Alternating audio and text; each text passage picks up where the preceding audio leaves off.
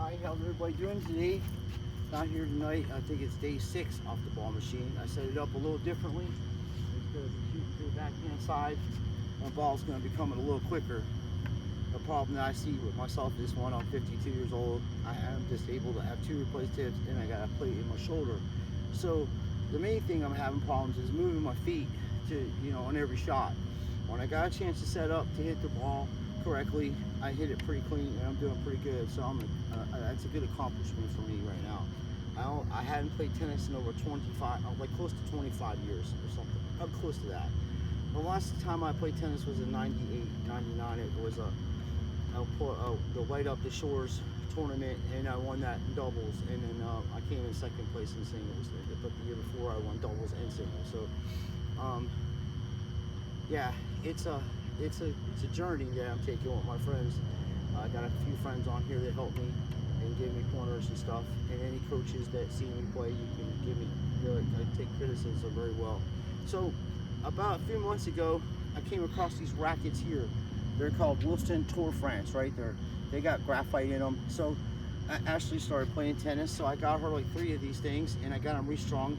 And when I got them strung, I was gonna have a hybrid string in there, but this racket will only do a 1-string pattern. So they put some Bobo top spin string in this racket at the club. I don't even know what it is. It's some kind of generic top spin string, and I was hitting with this thing, and hit with it twice.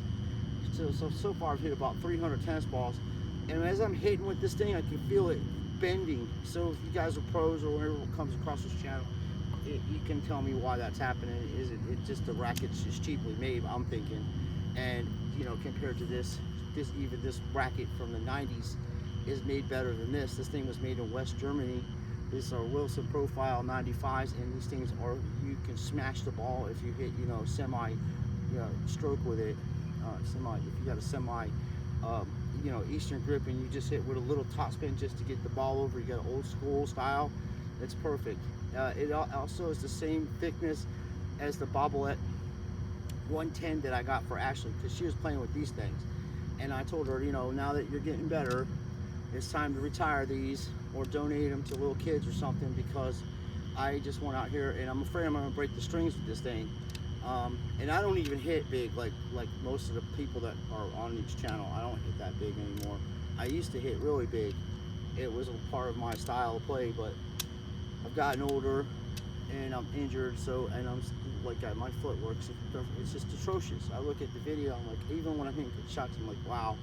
Because I used to practice every day at the club that I played at, the Oceans Racket Club, and then I would work out there, so I took care of the courts. They're hard true courts, so I put all the clay down and tapped all the lines and made sure the courts were wet, because we get a lot of wind over there on Beachside.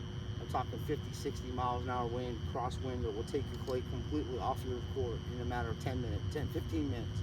So you got rich people out there don't understand the concept of clay coming off the court and then literally hurt themselves on the tape.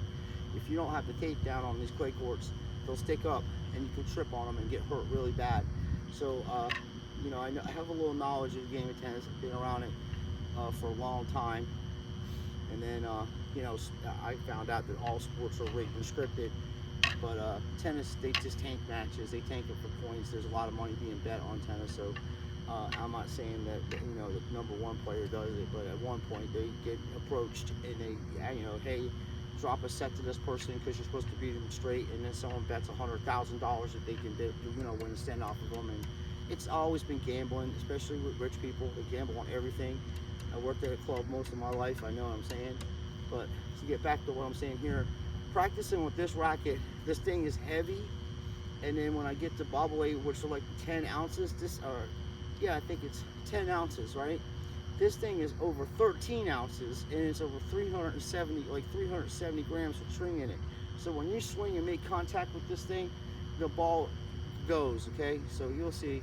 I'm gonna video record myself from behind here, like I said, because I want to see my footwork and see how I can do better. My hip was a little sore yesterday from playing, so I'm trying to stretch it out. I feel really tight in my groin area, I've been running around all day. I just got another car I got the Chevy HHR or something like that. It's like a little, it looks like a Kia Soul, it's like something like that. It fits the tennis ball machine in there perfectly, and I saved my money up and paid $3,100. So it has little things that need to be fixed, and then we had the Dodge Neon, and I just put, you know, it was like $375 for 5 brand new tires. I got a rim and another spare tire for that match the, you know, the tires. So Ashley's doing Instacart, so I wanted to have, you know, have a solid, you know, good all season tires. So that's some things I've been doing today. We picked up the car and the air conditioning is working, thank God, because it's so hot down here in Florida. It's unreal. Even right now, let me go turn this light on before it turns off. Look at that.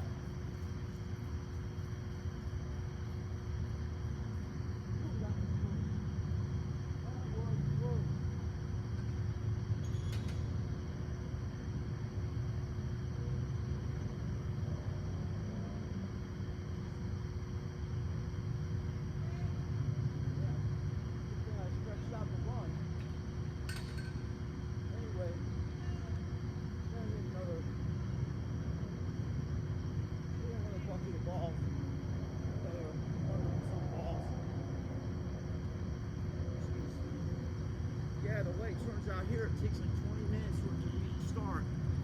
And you can't really see it, but on another video I made before, this is all wilderness, all woods, all undeveloped.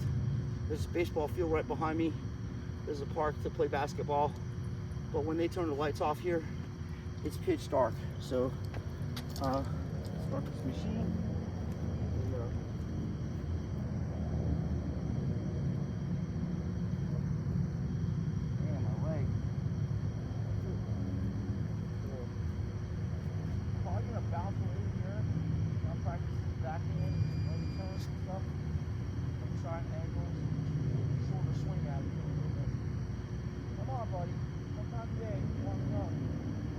Sometimes the delay on this thing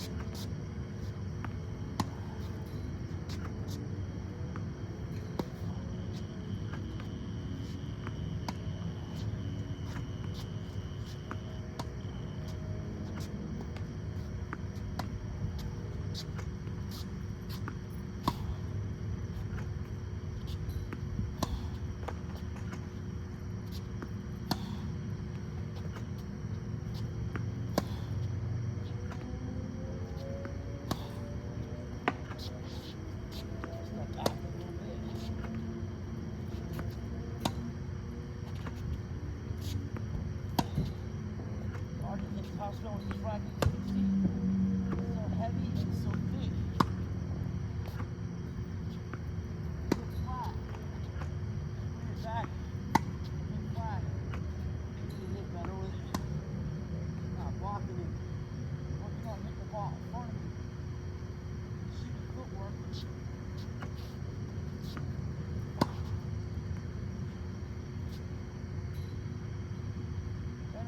Sometimes the balls get stuck in them. So you can sit here and wait. As long as that machine's working, don't stand in front of it. A ball will come out sooner or later. It just adjusts itself.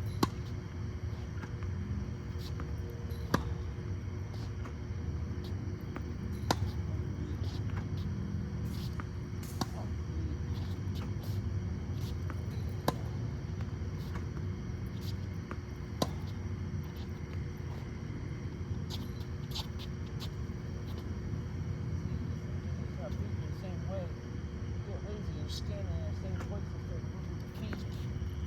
Wow. Just wow.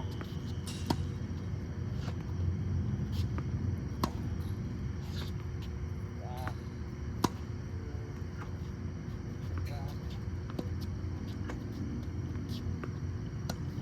That one.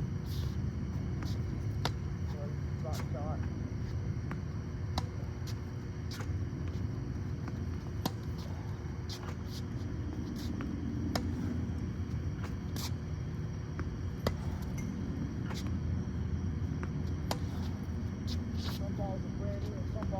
Dead, so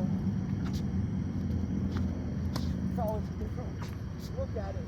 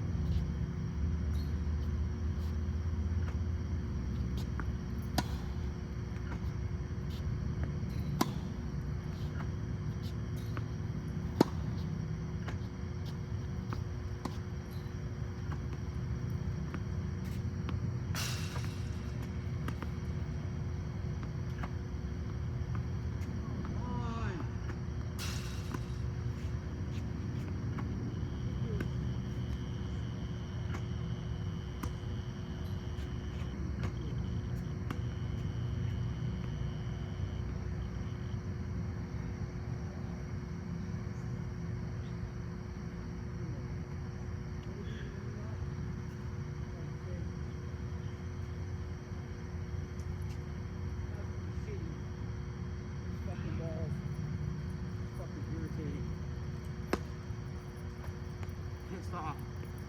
Can't move my fucking feet. Well, half of them went over, at least more than half. Sorry about my temper. It's irritating, it's pissing me off. And my anger comes, that's kind of something that motivates me. Because I can play much better than this. I can hit better slices than that, I can hit better drop shots, I can move my feet better. It's trash, this is trash that's going on here. So, hopefully, coming out here every day and practicing, I'm going to get to a point where I'm just not going to miss nothing. And that's how it should be. There should be no balls on the side of the fence or my side of the net. I don't care if I miss them long, it pisses me off to hit into the net. Especially when I'm hitting with enough topspin. It's, you know, I have to get modern equipment. That's one problem. And moving my damn feet. But I'm not hitting bad with this thing.